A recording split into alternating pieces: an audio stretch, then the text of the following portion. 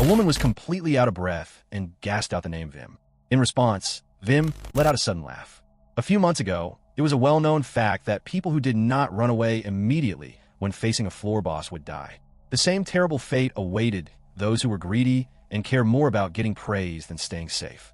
That exact awful sight was now right in front of his eyes. There were unconscious people lying all over the ground.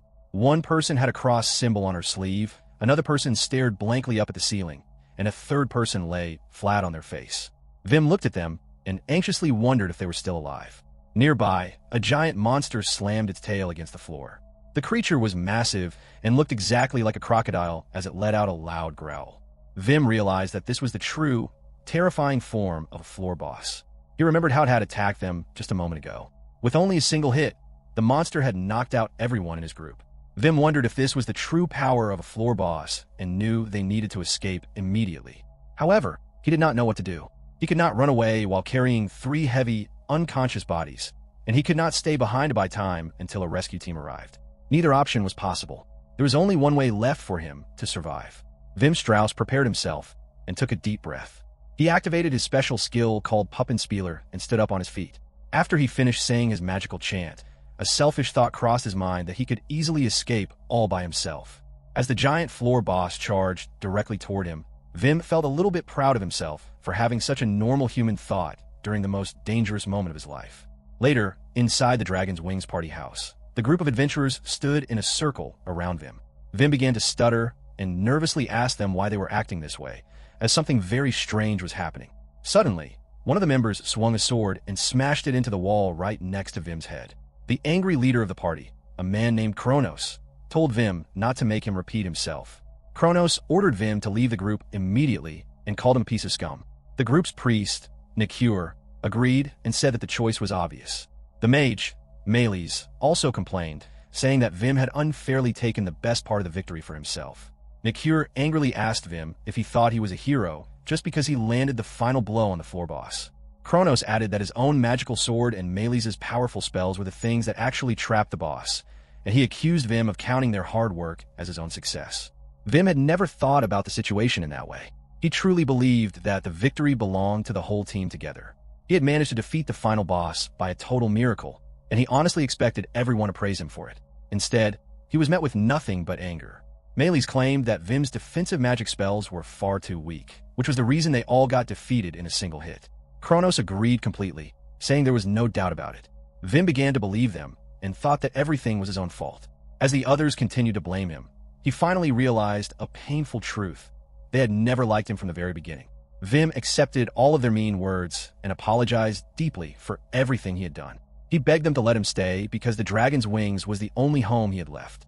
He knew no other team would ever hire a support mage known as a grantor. He promised to do his absolute best to avoid causing any more trouble and pleaded to stay in the only place where he belonged. Kronos remained quiet for a moment, looking down at Vim with pure hatred. He then proposed a cruel deal, stating that if Vim could fight him and win, he would let him stay in the group. Kronos knew it was impossible for a non-combat support worker like Vim to defeat a strong warrior like himself. So he laughed and said Vim would need another miracle. Hearing this, Vim suddenly let out a quiet giggle. Kronos became furious and demanded to know what he was laughing at. Without warning, Kronos reached out, grabbed Vim tightly by the neck, and lifted him high up into the air. Kronos squeezed Vim's neck tightly and began to choke him. He angrily stated that a worthless person who could only use basic magic to boost others should never disobey the leader of the group. Nikur stepped in and warned Kronos that doing any more than this would cause serious trouble. Kronos laughed mockingly at the warning, called Vim a pathetic weakling, and carelessly dropped him to the ground. Vim hit the floor hard and cried out from the sudden pain. Kronos cursed loudly, wondering out loud how such a weak and helpless person could ever defeat a powerful floor boss. As Vim lay there coughing on the floor, he thought about how he had risked his very life for them. He remembered how the Dragon's Wings had accepted him into their group back when he could only do small, unimportant odd jobs, and all he ever wanted to do was work hard to pay them back for their kindness. Vim stayed flat on the ground and noticed a new person walking through the entrance. A strange woman stood right in the doorway, and Vim wondered who she could be. Kronos told Vim that her name was Sophia and explained that she would be joining the party to take his place immediately. Kronos added that she would be a highly valuable member who would easily fill the empty spot that Vim was leaving behind. Kronos repeated his warning to Vim, telling him not to make him say it again. He ordered Wimme to get out immediately because the party did not need him anymore. Kronos held Wimme's head straight up, forcing the young man to look up at him as he spoke these harsh words. Later, in a large city, the loud sounds of a clock tower echoed through the air. The city was called Fullbrown. It was a giant maze of a city, filled completely with the bright hopes and big dreams of young adventurers. This place grew rich and successful because of the magical gifts that came out of the deep maze, as well as the many people who traveled there to search for those treasures. On the busy streets, a merchant shouted to the crowd that he had valuable fins taken from the 35th floor. Another seller advertised a top-quality magic stone from the 60th floor, calling it a first-class material. Nearby, a customer talked about trading an item for something else. The deep maze contained rich treasures of gold and silver, rare materials from unique monsters, and wonderful views that could never be seen on the normal surface of the world. Even though it was highly dangerous and filled with endless areas that had never been explored, people still came. A person's fame and honor grew larger depending on how many new areas they found. The close connection shared between people who faced death together in the maze was even stronger than the bond between real family members. The brave people who risked their lives to explore this dangerous maze were called adventurers. Wimme walked through the city feeling so miserable that he thought to himself that he wanted to die. He knew there were probably jobs available at the Adventurers Guild, but he reminded himself that the job of a grantor was not popular at all. He highly doubted that any group would want to hire him now. He thought about hunting small, weak monsters by himself, just like he used to do in the old days. Then he thought that maybe a low E-rank party would be willing to take him in, but he quickly told himself not to think too highly of his own abilities.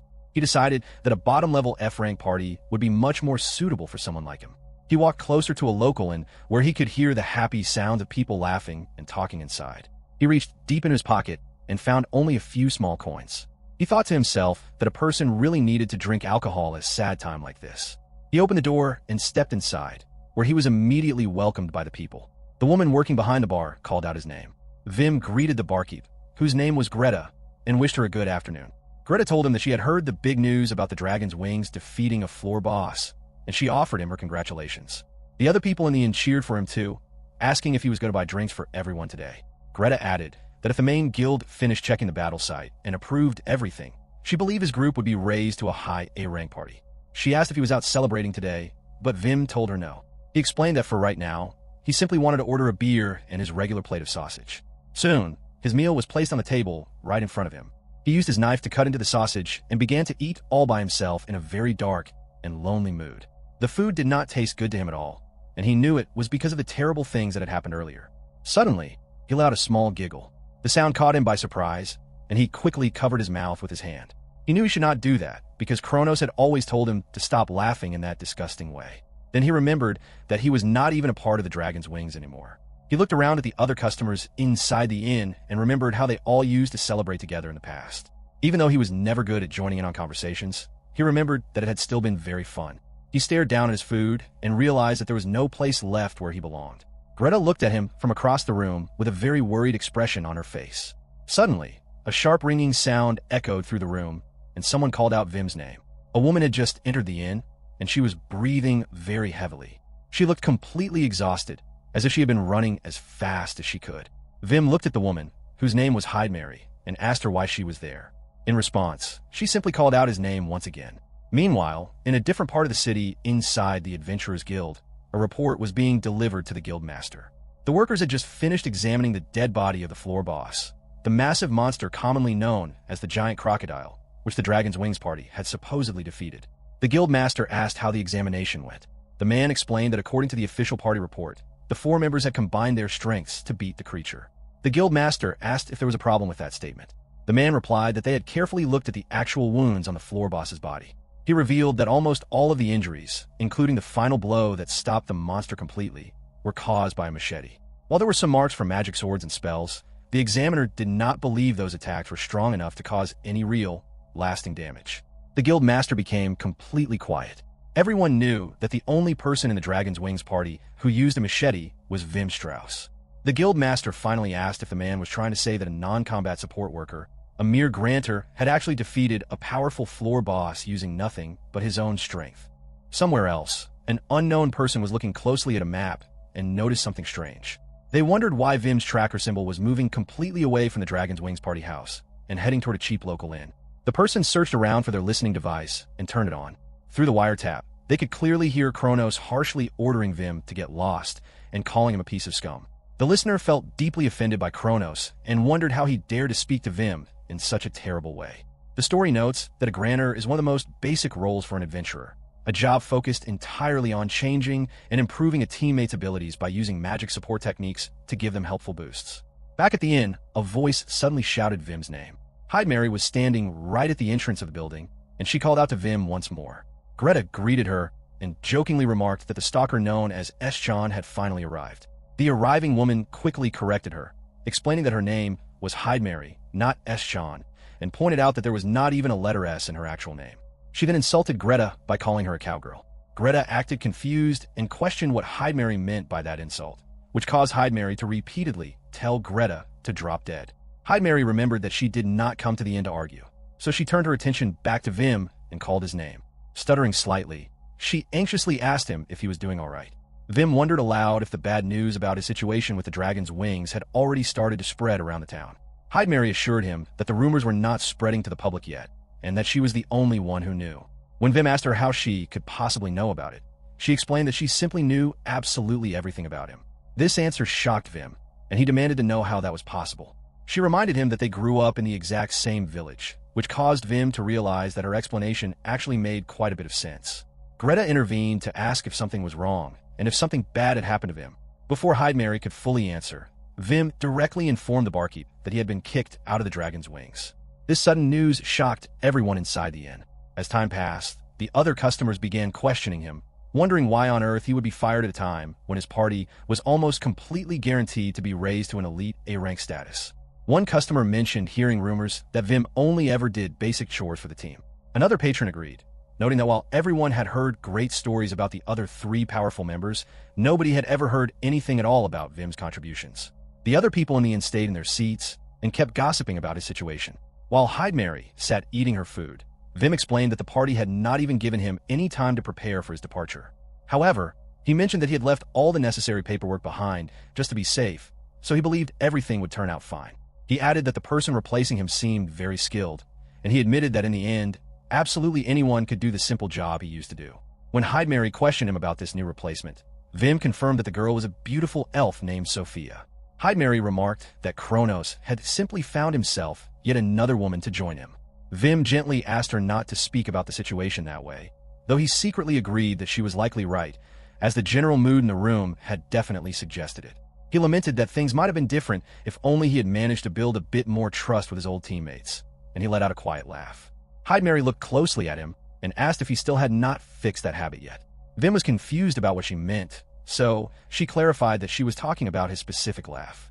Vim immediately apologized and asked if his laugh was disgusting to her. She assured him that it was not disgusting at all, confessing that she actually liked the way he laughed and truly missed the old days when he used to correct her mistakes.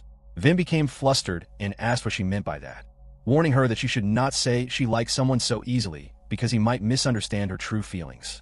She replied that she did not mind at all if he misunderstood, prompting Vim to beg her to stop teasing him. At that point, she finally set her fork down on the table. Changing the subject, Heidemarie stated that she genuinely could not comprehend why he had been fired, especially since he had defeated the giant floor boss entirely on his own. Vim began to sputter in complete shock and asked her what on earth she meant by that statement. She argued that the regular members of the Dragon's Wings did not possess the actual strength required to defeat a floor boss, meaning Vim must have been the one to do it. Vim frantically questioned where she had even heard such a crazy rumor, insisting that it was a massive misunderstanding. He explained that he had merely delivered the very final blow to the creature, viewing his victory as nothing more than a lucky coincidence. He firmly believed that the success belonged to the whole team because of the damage the other members had inflicted on the monster first. Heidemarie flatly disagreed with his view. While she admitted it was just her own theory, she firmly stated that she did not believe the monster had taken a single bit of real damage from anyone else's attacks, meaning the floor boss was essentially a solo victory achieved by Vim alone. Vim strongly denied this, calling it completely impossible and telling Heidemarie that she was vastly overestimating his abilities. He pointed out that the other 3 members possessed truly incredible talent compared to him, and explained that he had only been acting out of pure desperation to avoid causing trouble for them. He added that he could not understand why she held such a high opinion of him in the first place. Heidemarie began to explain her reasoning, but Greta interrupted by loudly calling out her nickname. The barkeep pointed out that she herself had been born and raised right there in Full Brown, and she had never once heard of a single person defeating a floor boss all by themselves. Greta then begged Heidemarie to control her weird stalking habits instead of making things uncomfortable and saying strange things, which left Heidemarie feeling deeply insulted. Heidemarie explained to Greta that she only knew this private information because she had secretly listened to a wiretapped recording of the group's conversation. Greta immediately scolded her, stating that she had completely crossed the line by doing something so invasive. As the two women began to bicker loudly back and forth, Wimme interrupted their arguing to blame himself for the situation. He stated that getting fired was entirely his own fault due to a massive lack of trust between him and his teammates. This humble attitude deeply offended Heidemarie, who slammed her hand down hard on the table and demanded that he stop acting so helpless. Still thoroughly annoyed, she called Greta a cowgirl again and ordered a fresh beer. Greta gently warned her that she was terrible at handling alcohol, but Heidemarie snapped back that she did not care and told her to hurry up and pour the drink. Seeing that she had no choice, Greta brought over a glass and placed it directly in front of her. Holding her drink, a tipsy Heidemarie began lecturing Wimme about his confused way of thinking. She brought up an old fable about a fox and some grapes, describing how the animal kept jumping up in a desperate attempt to reach the fruit. Wimme was entirely unfamiliar with the tale and asked if such a story actually existed. But before he could get a proper answer, the alcohol hit Heidemarie, and she suddenly passed out on the table. Greta pointed out that the girl was already knocked out on her very first jug of alcohol. Heidemarie abruptly woke up and yelled at Greta to bring her another drink, but Wimme firmly stepped in and told her that she had definitely had enough for one day. Instead of listening, Heidemarie handed Wimme a small object and told him to take it. When he looked down, he realized it was a business card for Nacht Libel, which was widely known as the most powerful A-rank adventure party in the entire city of Full Brown. The elite group boasted members of incredibly high social status and maintained an extremely strict screening process for newcomers. Heidemarie herself had been specifically recruited into their ranks and had rapidly built a grand reputation at the very start of her career. She ordered Wimme to keep the card and visit their party headquarters the following morning. When a confused Wimme asked what she wanted him to do there, she explained that he should try working with them for a short time simply to gain some valuable experience, promising to personally vouch for him. Wimme questioned if she really had the authority to make such a big decision, and she confidently replied that despite her youthful appearance, she held the title of the 74th Sage and was a top candidate for the next high-ranking leadership position, making a favor like this incredibly easy for her. Later that evening, a completely intoxicated Heidemarie had to be physically carried out of the inn. Wimme lifted her up onto his shoulders and politely thanked Greta for the meal. Looking closely at him, Greta asked if he was going to be all right and wondered if the girl was too heavy for him to carry, suggesting that he should perhaps use his enhancement magic to make himself stronger. Wimme simply laughed it off, admitting that while a support mage like a Granter was physically weak, carrying his childhood friend was absolutely no problem at all. Greta warned him to be careful on his way home because the streets were filled with dangerous, drunken adventurers at that late hour, and Wimme promised her that he would stay safe. As he walked down the dark city streets, Wimme became lost in his own worried thoughts. Even though Heidemarie was willing to support him, he deeply questioned whether it was truly acceptable for someone as weak as him to join an elite group like Nacht Libel. He had a strong feeling that the highly accomplished members of the party would look down on him and form a terrible opinion of his skills. He felt completely certain that he would only cause annoying problems for their team, and he worried that Heidemarie might eventually grow to hate him because of his failures. Suddenly, an empty glass bottle flew through the air and smashed into a rough, makeshift target. Wimme heard loud, rowdy laughter coming from a nearby alleyway, where a highly intoxicated man was loudly teasing his friend for missing the target completely while they both continued to drink heavily straight from their bottles. The second man declared that it was now his turn to throw, but his shot missed widely as well. Wimme tried to ignore the commotion and kept walking, but the drunken men made a strange sound as they noticed his presence. They turned around, spotted Wimme carrying Heidemarie, and called out to him aggressively. Wimme politely asked the men what they needed from him, prompting the main drunkard to demand to know what exactly he was carrying on his back. Just then, a heavily sleeping Heidemarie let out a loud hiccup. The men instantly recognized her face and angrily shouted that she was the notorious thief from a few days ago. Wimme was completely confused by the accusation and questioned how she could be a thief. The angry men explained that she had recently gone to a local shop and greedily bought every single snowball snack available, including the rare, limited edition versions, entirely ruining the long line of customers who had been waiting to buy them. Wimme silently felt a little bit sorry for the men's disappointment, but he thought it was incredibly unfair to label her a criminal over some candy. The drunks walked closer and tried to forcefully shake her awake to demand a formal apology, leaving Wimme wondering frantically how he should handle the escalating situation. The men angrily demanded to know why he was staying completely silent and questioned if he was too stupid to understand their words. When Wimme refused to answer, the leading drunkard reached out his hand towards them and aggressively ordered Wimme to wake the girl up immediately. In response to the threat, Wimme quickly cast a double-strength enhancement spell called Pump Up Zwimmel to instantly boost his movement speed. In a flash, both he and Heidemarie completely vanished from sight, leaving the rowdy men utterly confused as they looked around for where the pair had gone. Suddenly, they heard Wimme's voice calling out from a great distance down the street, which deeply shocked the main drunkard. Wimme loudly called back to apologize on Heidemarie's behalf for the candy incident, cheerfully adding that she had actually shared those delicious snowball snacks with him later on. This comment left the men looking incredibly bewildered. Wimme realized that his words were probably making the angry men even more furious, so he politely excused himself and hurried away into the night. The two drunks stood in the middle of the street, completely astonished. As they replayed the events in their heads, they were stunned to realize that the girl with the distinct twin-tail hairstyle was actually the famous Heidemarie from the elite Nacht Libelle party. The first drunk turned to his friend and asked if he had witnessed the unbelievable speed Wimme had just displayed, wondering if the mysterious boy was also a hidden member of Nacht Libelle. His friend admitted that it was highly possible, while a fast shadow continued to move rapidly across the dark city streets and leaped over the high rooftops. "It is Wimme." He observed that the men were pretty drunk. "He made it this far. It should be okay now." Heidemarie groans. He asks if she's awake and if she can walk. She says she can't. He remembers her telling him that she can vouch for him, so he can take it easy. But someone like him joining the Nacht Libelle. Heidemarie is the candidate for the next top brass. Not only that, she also has a rare job. A sage. She's a good person who always talks to someone like him. He can't cause her any more trouble. She tells him to just come. She grabs his shoulders. She says he has infinite possibilities. He'll realize what he really is if he joins the Nacht Libelle. She tells Wimme to live his life however he wants. He smiles at the memory. He then starts to say something. He thanks her for coming to him when he was going through a difficult time. He doesn't know if he should say this, but Heidemarie should also live freely. She doesn't have to feel obligated to him. She says it's not like that. She's not doing this because she feels obligated to him. He asks her then what is it for? She says it's better if he doesn't know this. He asks why. She says she doesn't know. He asks why again. She quietly thinks to herself that it's because she knows everything about him. Nacht Libelle was known far and wide as the largest A-ranked adventurer party in the region, boasting a massive membership of over 100 people. Their incredible strength was proven by the fact that they had successfully defeated 30% of all the dangerous floor bosses in the local maze. Outside the grand party house, a guard stood watch at the entrance.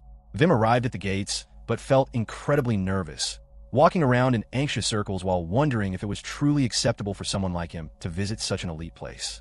The guard watched his strange movements closely and began to think that Wimme was a highly suspicious person. Eventually, the guard stepped forward and asked how he could assist him. Wimme began to stutter nervously and reached deep into his pocket to find something. This sudden movement startled the guard, who immediately assumed that the strange boy was pulling out a dangerous weapon. Instead, Wimme simply pulled out the official business card that Heidemarie had given him the day before. The guard was completely shocked to discover that this nervous boy was actually a personal friend of Heidemarie. Wimme noticed a strange reaction from the guard regarding Heidemarie's identity, which left him feeling a bit confused. Unknown to Wimme, Heidemarie had secretly placed two magical items on his clothing to keep track of him.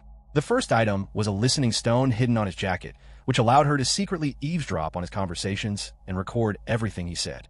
The second item was a transmission crest, a special magical seal that let her see his exact location at all times. Soon after, Heidemarie met Wimme and warmly welcomed him to the headquarters of Nacht Libelle. As they stepped across the threshold, Wimme found himself completely amazed by the grand and beautiful interior of the building. The walls were decorated with large banners, and there was even a beautiful water fountain built right inside the main area. To Wimme, the place felt much more like a rich person's mansion than a standard guild house for adventurers. Heidemarie began to guide him through the building, pointing out various important locations, including the large cafeteria and the massive training hall. While they were walking, the guard from the front gate, whose name was Abel, approached them to offer a sincere apology to Wimme. Abel explained that he had made a mistake earlier because Wimme did not look like the description he had been given. Wimme quickly replied that it was his own fault for acting so suspicious at the gate, but Abel insisted that Wimme did nothing wrong. Heidemarie stepped in and sharply questioned Abel on how he could make such a foolish mistake. Abel defended himself by explaining that Heidemarie had described Wimme to everyone as a very brave and gallant man. This revelation made Heidemarie incredibly flustered and embarrassed. She loudly denied ever saying those words and insisted she would never make such a claim. To escape the awkward situation, she quickly told them they needed to move along and led Wimme toward a large set of grand double doors. Behind the grand doors, a large crowd of adventurers was gathered together. Heidemarie led Wimme straight through the room to introduce him to a woman named Camilla, who was wearing heavy battle armor. Camilla looked closely at Wimme and noted that he had finally arrived. Wimme immediately recognized her face, as she was the famous silver-haired leader of Nacht Libel and was widely known as one of the absolute strongest warriors in the entire city of Fullbrown. Camilla commented that Wimme was much smaller in person than she had originally imagined, but she quickly realized that her observation was a bit rude. She explained that she had been led to believe he was an incredibly handsome and masculine man. Heidemarie instantly denied ever making such a description, which only caused Camilla to laugh at her frustration. Camilla then extended her hand to welcome Wimme to her party, and the two shared a polite handshake. Wimme introduced himself as a former member of the Dragon's Wings who had recently been fired, sharing his full name as Wimme Strauss. As they shook hands, Wimme was secretly amazed by the incredible physical strength of Camilla's grip. Camilla explained that Heidemarie had told her all about Wimme's abilities, noting that their group always welcomed capable individuals. She then asked Wimme what his specific role had been during his time with the Dragon's Wings. Wimme hesitated for a moment before explaining that because he possessed very little magical energy, he was usually assigned to basic chores, searching for hidden enemies, and managing office paperwork. Camilla expressed surprise at the mention of office work, while Heidemarie quickly interrupted to tell Wimme that he did not need to share those unnecessary details. Wimme defended his statement, insisting that it was the absolute truth. Camilla then informed them of their immediate plans, stating that the group was about to enter the maze for a scouting mission. She explained that she wanted Wimme to join the rear of the group and use his scouting skills to spot enemies from a safe distance. Wimme was left completely shocked and confused by the sudden announcement, as he had no idea they would be going on a dangerous mission so soon. Heidemarie reminded him that she had already explained this was a chance for him to gain valuable experience. Wimme protested that it was far too fast and admitted that he had never entered the maze with such a massive group of people before. Heidemarie assured him that everything would be completely fine and urged him to move forward. Despite feeling deeply scared and hesitant about the sudden task, Wimme followed the massive group into the dark labyrinth. As the large party gathered inside the maze entrance, a magical device on the floor suddenly began to activate and glow with bright light. The story explains that adventurers navigate the deep labyrinth by using special teleportation circles located on each level. Whenever a party successfully defeats a powerful floor boss on a specific level, multiple teleportation locations appear. Depending on the specific circle chosen, adventurers can even skip over several floors at once to travel deeper into the maze. With the magical system activated, the massive party continued their march forward into the danger, and Wimme followed closely right behind Heidemarie. A man in the group turned around to look at Wimme and Heidemarie with a highly judging expression. Heidemarie stayed quiet for a moment before turning her attention back to Wimme. She apologized to him gently, but then asked if he would mind putting on a blindfold for a little while. She explained that their group was about to use a highly secret teleportation route that Nacht Libel kept hidden from the rest of the world, and since Wimme was still considered an outsider to the guild, they needed to keep the path private. Wimme understood the situation completely and replied that being cautious was only natural. He knew that keeping information secret regarding a special teleportation circle that could jump over multiple floors at once gave a guild a massive competitive advantage over all the other adventuring parties. Heidemarie then told him to grab onto her hand, and the two walked forward together in total silence while holding hands. After a brief moment, she teased him by saying that holding her hand out in public like this was a very bold move on his part. Wimme quickly defended himself, explaining that it was not what she thought and that he only held her hand because he literally could not see anything through the blindfold. He then asked if he could simply hold onto her shoulder instead to guide himself, but Heidemarie smiled and mentioned that she did not actually mind holding his hand at all. Wimme felt quite flustered and begged her to stop teasing him. Following that quiet interaction, the group activated the secret teleportation circles a few different times in a row, eventually stepping out onto the 97th floor of the labyrinth. Wimme was deeply impressed by the incredible power of an A-rank party, noting to himself that he never expected them to reach such a deep, dangerous floor so incredibly fast. However, this realization made Wimme feel extremely anxious and insecure. He began to think that he could never be of any real use to an elite group like Nacht Libel because his skills were far too limited. He remembered how his entire routine with the Dragon's Wings had just been looking at what others did and copying what he heard. He feared that in a massive, highly professional group like this, his lack of true ability would do nothing but slow everyone down. Camilla noticed him whispering to himself and asked what he was mumbling about. Heidemarie quickly spoke up to defend him, explaining to the leader that Wimme was just incredibly nervous because it was his very first time on such a major dive, adding that he was naturally a very cautious person. Camilla agreed that being cautious was an excellent trait for an adventurer, but she warned him that being too tense could also cause problems. She walked over and gave him a friendly pat on the back, reminding him that he had already successfully traveled to this exact deep floor with his old B-rank party, the Dragon's Wings. Furthermore, she pointed out that he had already managed to defeat the powerful floor boss here before their own group had even arrived, meaning he really did not need to worry so much. She concluded by telling him that the main goal of today's mission was simply to map out the area, so he just needed to focus on doing whatever he could. Wimme gave a polite nod of agreement, feeling so deeply touched by Camilla's unexpected kindness that he felt like he might actually cry from relief. Heidemarie reassured him that Nacht Libel was entirely made up of wonderful people and told him to just take things easy. Wimme agreed and looked down at the ground with a newfound sense of hope. Suddenly, something shifted in the surrounding environment, and Wimme immediately became highly alert. Heidemarie noticed his sudden change in posture and asked him what was wrong. Wimme explained that he thought he had just heard a strange sound, though he admitted it might only be his imagination playing tricks on him. Heidemarie wondered out loud if the sound could be a dangerous warning sign for an incoming trap and urged him to report it to the leaders immediately. Wimme countered that it did not feel like a typical trap and seemed completely different, but he decided to expand his magical search range just to be absolutely safe. He raised his hand up, cast a specialized scouting spell, and pointed it directly into the hallway ahead of them, looking completely surprised by the sudden results. Heidemarie instructed him that if he found anything at all, he should immediately report it to Camilla by using long-distance transmission magic. Wimme agreed as the rest of the massive party began walking down a large set of stairs. Wimme activated his transmission spell, politely excused himself, and asked if he could take up a moment of Camilla's time. When the leader asked him what was happening, Wimme explained that he strongly suspected there was a dangerous rockfall trap hidden on the upper left side of the cavern, located about 45 meters just ahead of their current position. Camilla was taken aback by the mention of a trap and demanded to know if he was absolutely certain about his claim. Wimme answered that he was 90% sure of his findings, though he warned her that there might be a slight delay before the trap actually activated. Camilla told him that for any future discoveries, he should use the group's public communication channel to inform absolutely everyone at once. Wimme silently noted to himself that only incredibly large and wealthy parties possessed a transmission system capable of reaching an entire army of members at the same time. He politely gave his agreement, though he felt highly nervous as he prepared his magical communication spell. Holding the spell active in his hand, he announced to the entire group that there was a high possibility of a rockfall trap located just ahead on the left side. He added highly specific details, explaining that the falling rock was expected to weigh around 150 kilograms and was shaped exactly like a thick column. This incredibly precise announcement left the entire party completely shocked.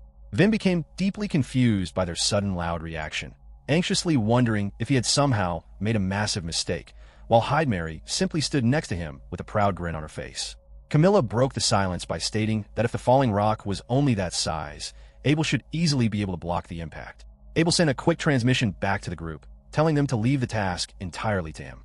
With the stairs now completely clear to the other members, Abel stepped forward alone. The moment he pressed his foot firmly onto the ground, a glowing magical trap circle materialized directly underneath him, followed instantly by another matching circle appearing on the ceiling right above his head. A massive piece of rock came crashing down from above, but Abel managed to intercept the heavy blow using his large shield. Although the impact left his shield heavily scratched up, Abel was completely amazed by the sheer accuracy of the warning.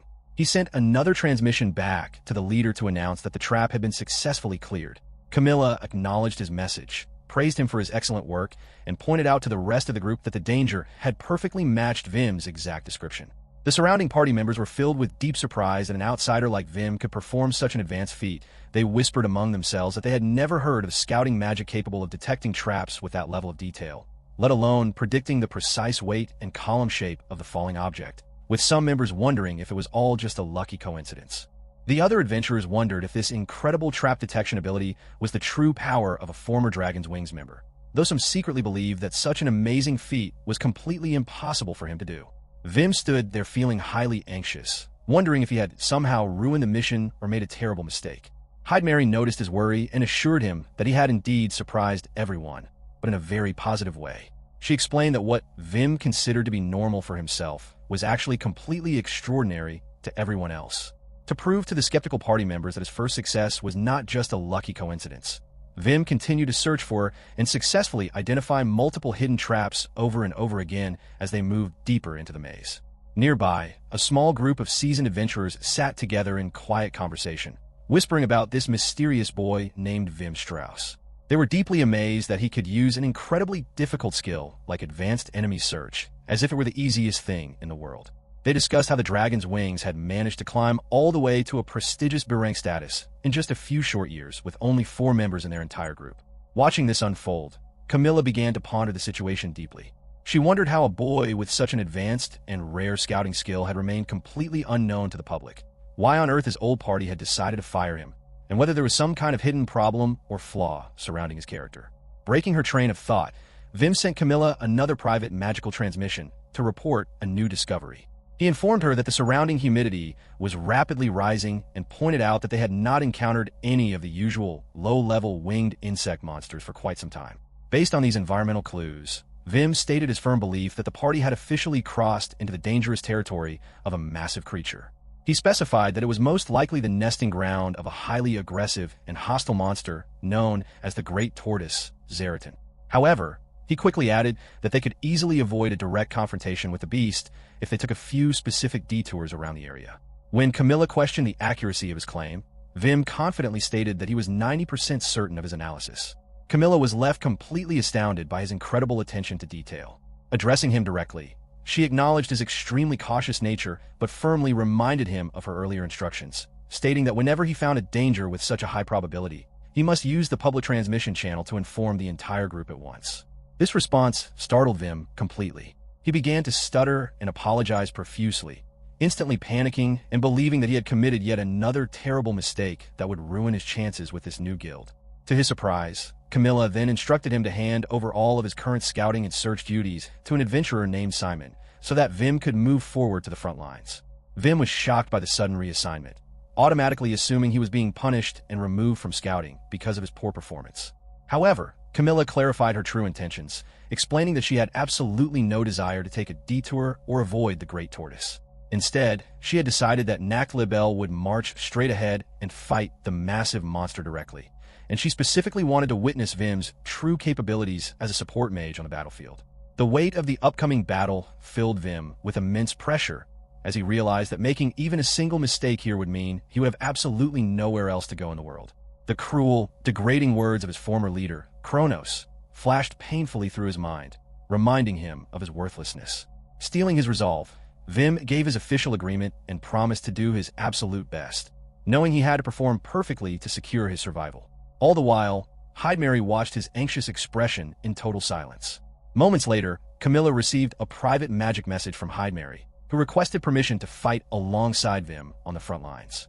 Heidemarie argued that she was already deeply familiar with the unique properties of Wimme's magic enhancement buffs, meaning there was no one else in the entire guild who could coordinate with him or support him better than she could. Camilla readily agreed with the logic, admitting that she had been thinking the exact same thing, and told Heidemarie to go ahead and take good care of the boy. Wimme looked over at his childhood friend and felt guilty, offering a sincere apology for causing her so much extra trouble. Heidemarie simply dismissed his worries and encouragingly told him that it was finally time for them to step out onto the battlefield and show the entire party exactly what he was truly made of.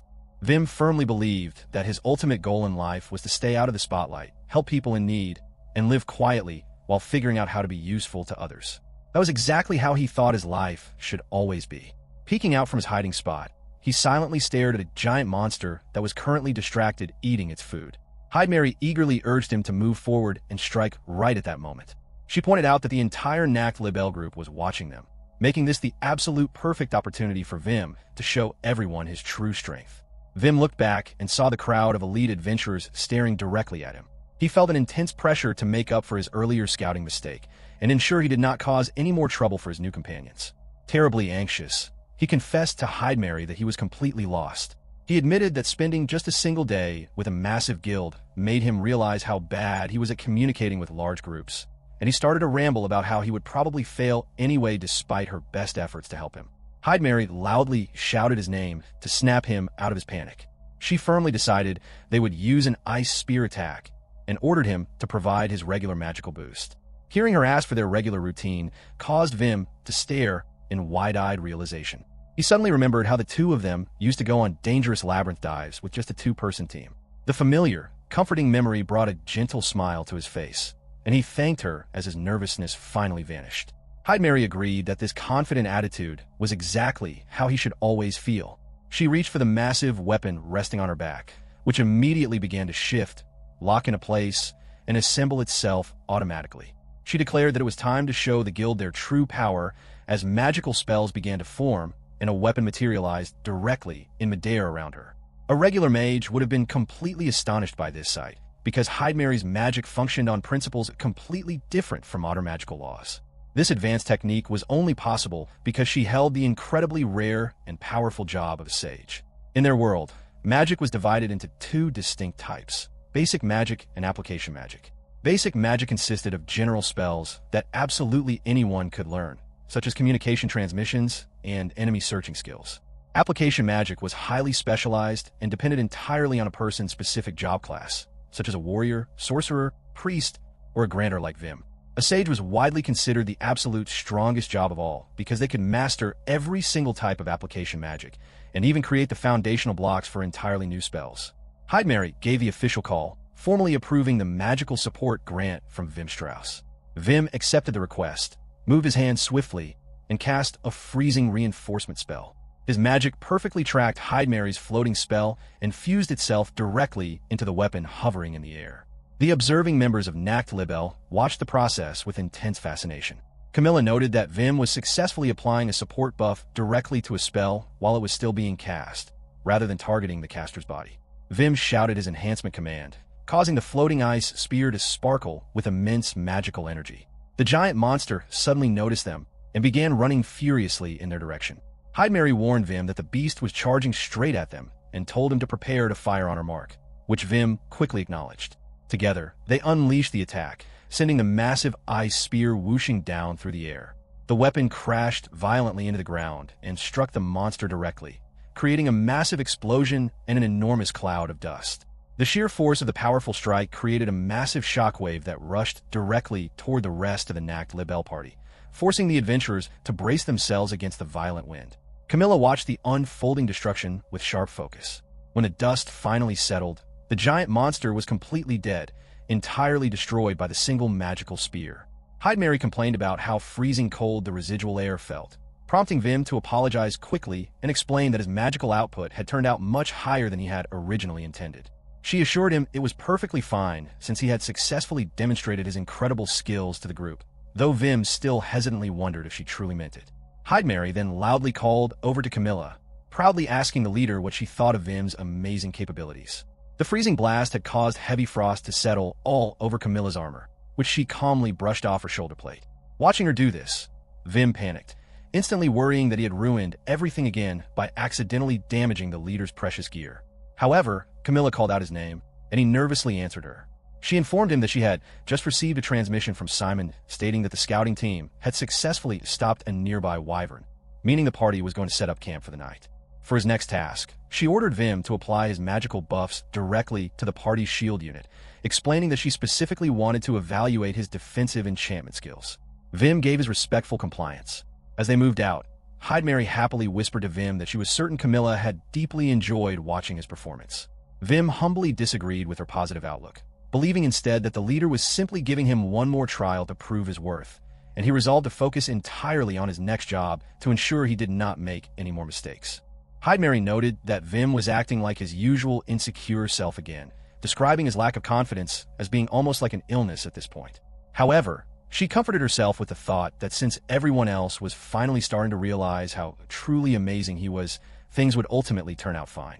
Meanwhile, the nearby adventurers whispered among themselves, questioning if Heidemarie's ice spear spell had always traveled at such an unbelievable speed. They noted that while the size of the spear remained standard, the attack launched so quickly that they could not even see it leave her position. They wondered about the mysterious grantor boy who was friends with Heidemarie, calling him a very strange person.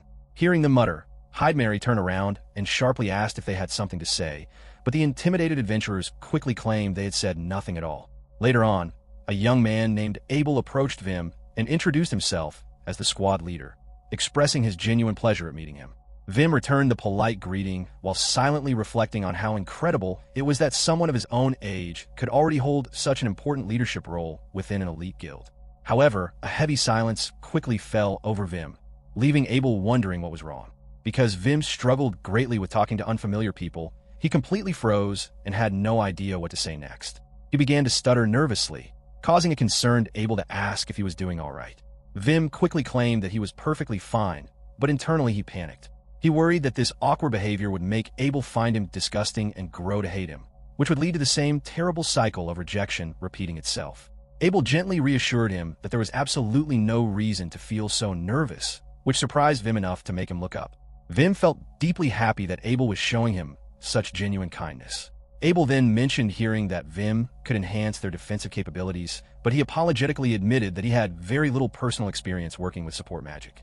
Wimme curiously asked if Nacht did not currently have any other grantors in their ranks, and Abel explained that he had only heard rumors of one belonging to the guild a long time ago.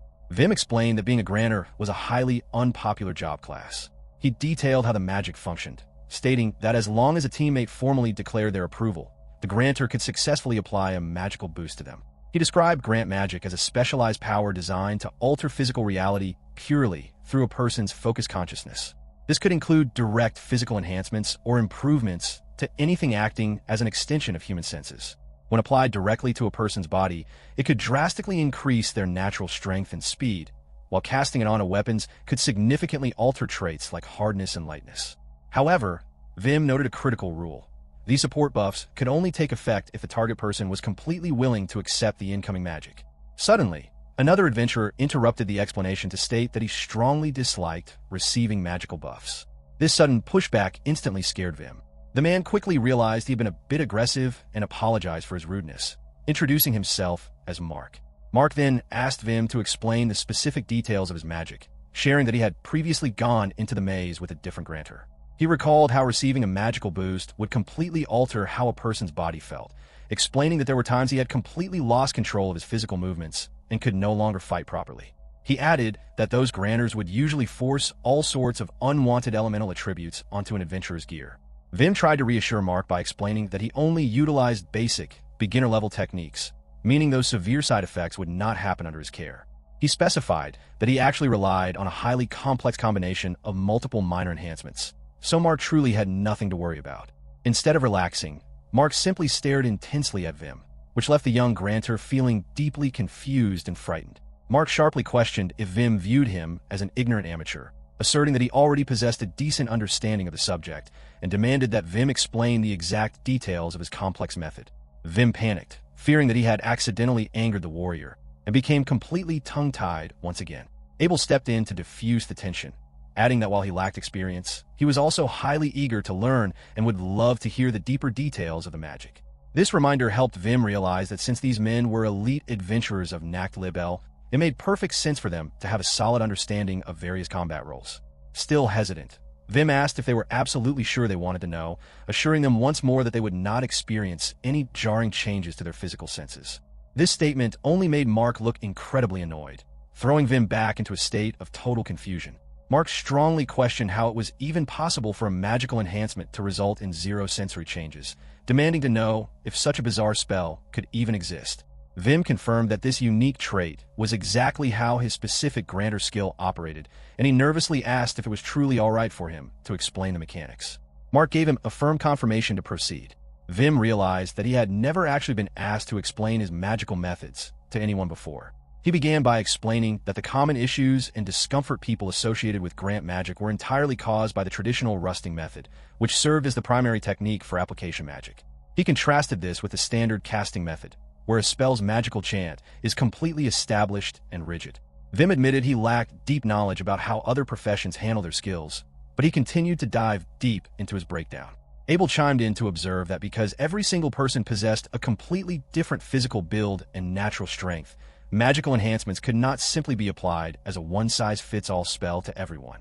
Wimme eagerly agreed with Abel's insightful point, noting that applying these powerful forces carelessly could easily break an adventurer's bones. Wimme felt deeply impressed by the members of Nacht, amazed that they already understood the core biological dangers of his grander magic. He then lost track of time and went on a very lengthy explanation of his craft. Catching himself, Wimme abruptly stopped to apologize, anxiously asking if he had talked far too much and annoyed them. The surrounding adventurers assured him that it was completely fine, which gave Wimme the confidence to happily continue his deep explanation. Wimme continued his lengthy explanation of his unique abilities, detailing how his supportive magic allowed him to combine 7 distinct types of defensive enchantments into a single spell. On top of that, he could seamlessly merge 25 different types of sensory enchantments into that exact same spell before carefully applying the combined forces to different parts of a teammate's body. He went on to explain that this technique was highly effective for both the application of the magic and the overall strengthening of the target system, noting that the magic could even be divided into several specialized subtypes. As he kept talking, Mark suddenly called out for him to stop, stating that he finally grasped the concept. This sudden realization left the surrounding listeners completely taken aback by what they were hearing. Wimme immediately sank into familiar anxiety, fearing that he had spoken too much and made a bad impression yet again. However, Mark clarified his thoughts by asking if Wimme was truly capable of casting dozens of different enhancements at the exact same time. Wimme explained that his technique differed significantly from traditional granters, revealing that because he possessed a very limited amount of personal magical energy, he had learned to shred and divide his spells to apply them with extreme proficiency and care. Abel then chimed in to double-check a crucial detail, asking if their physical senses would genuinely remain identical to their usual state during combat. Wimme reassured them that if anything changed at all, it would simply feel as though their bodies were functioning at a much better and healthier level than before. The adventurers acknowledged his explanation with understanding.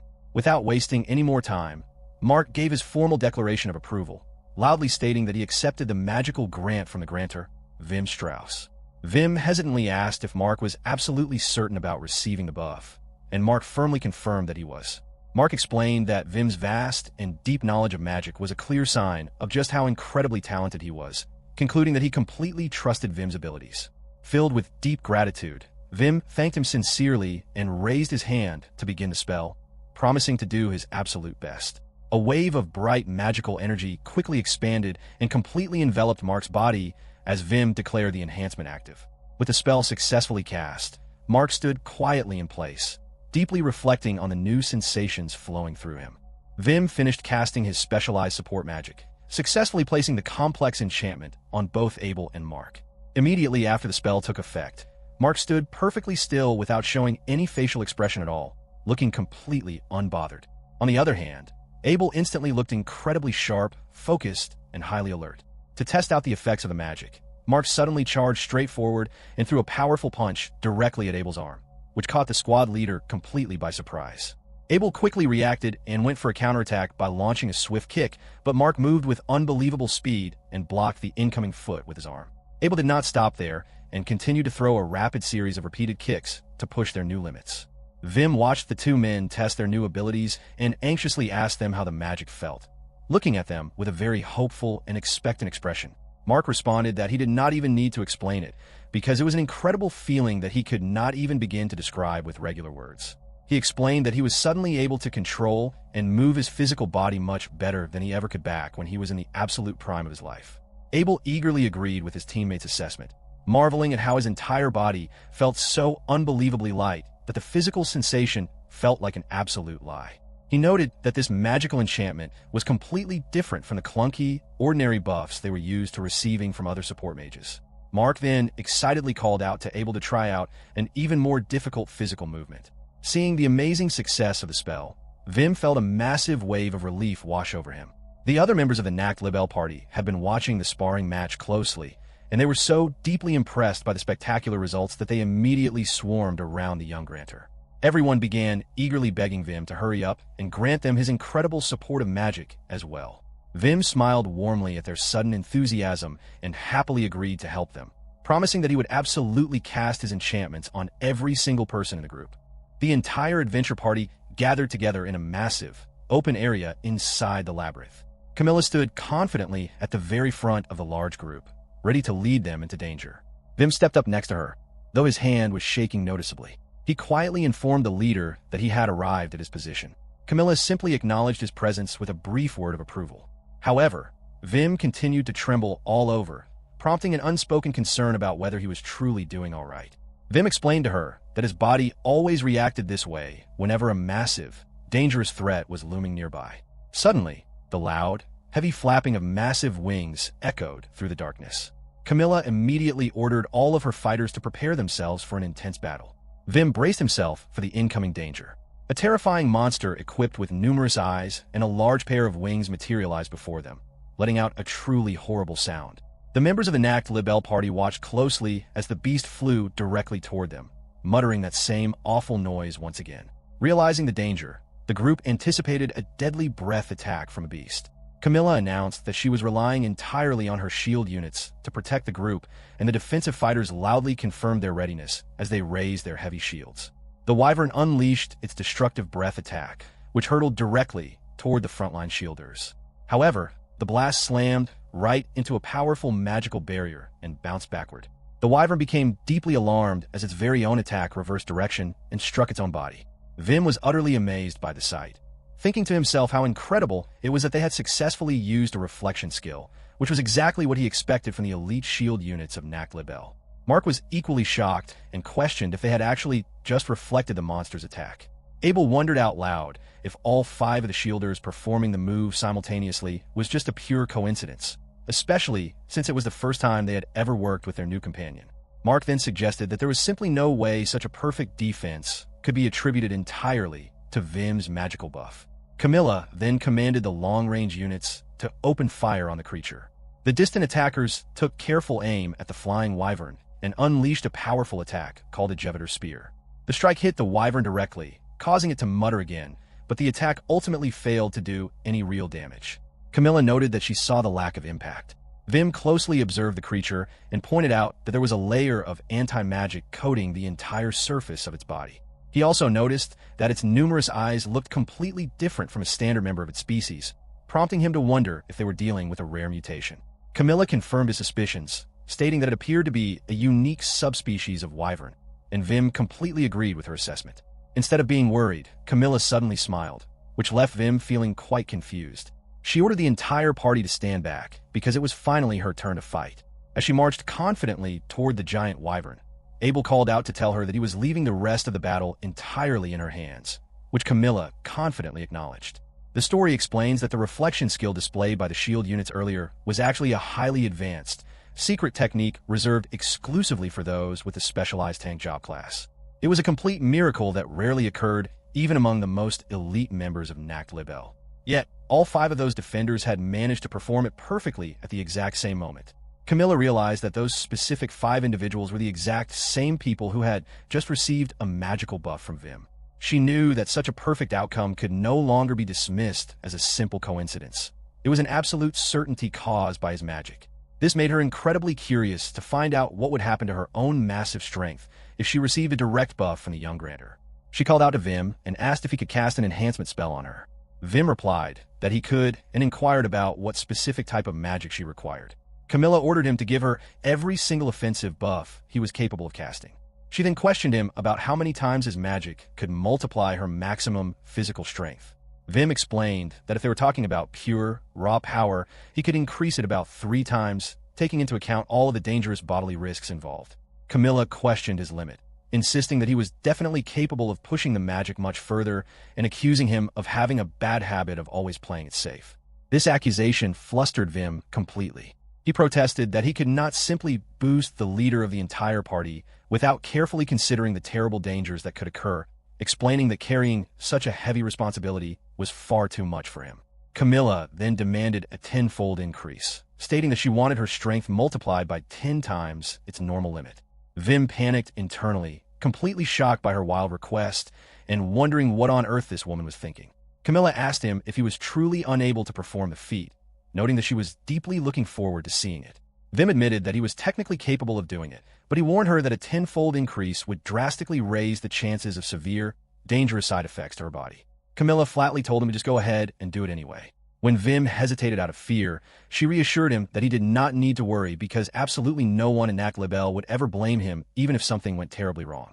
Vim tried to object again regarding the extreme danger, but Camilla insisted that he give her the power immediately. She then officially declared her formal approval to accept the magical grant from the grantor Vim. Realizing she was far too obsessed with fighting to be talked out of it, Vim declared that he would take absolutely zero responsibility for whatever consequences occurred afterward, and he raised his hand to begin casting the spell.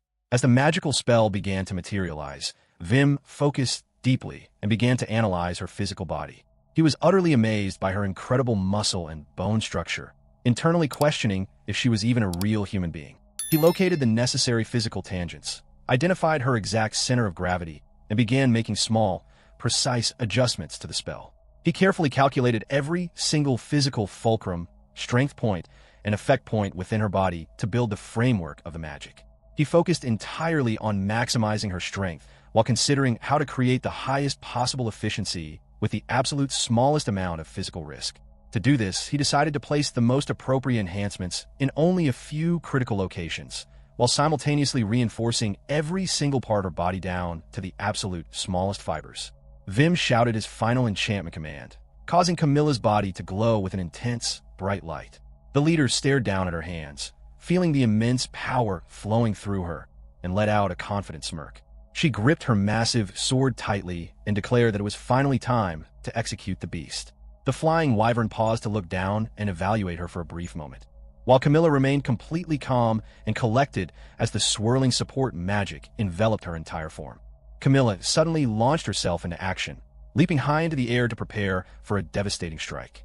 She calmly activated her signature multiplication spell, causing her massive blade to erupt with a brilliant burst of light. The watching party members stared in awe at the combat, recognizing her legendary enchanted weapon known as the Great Executioner.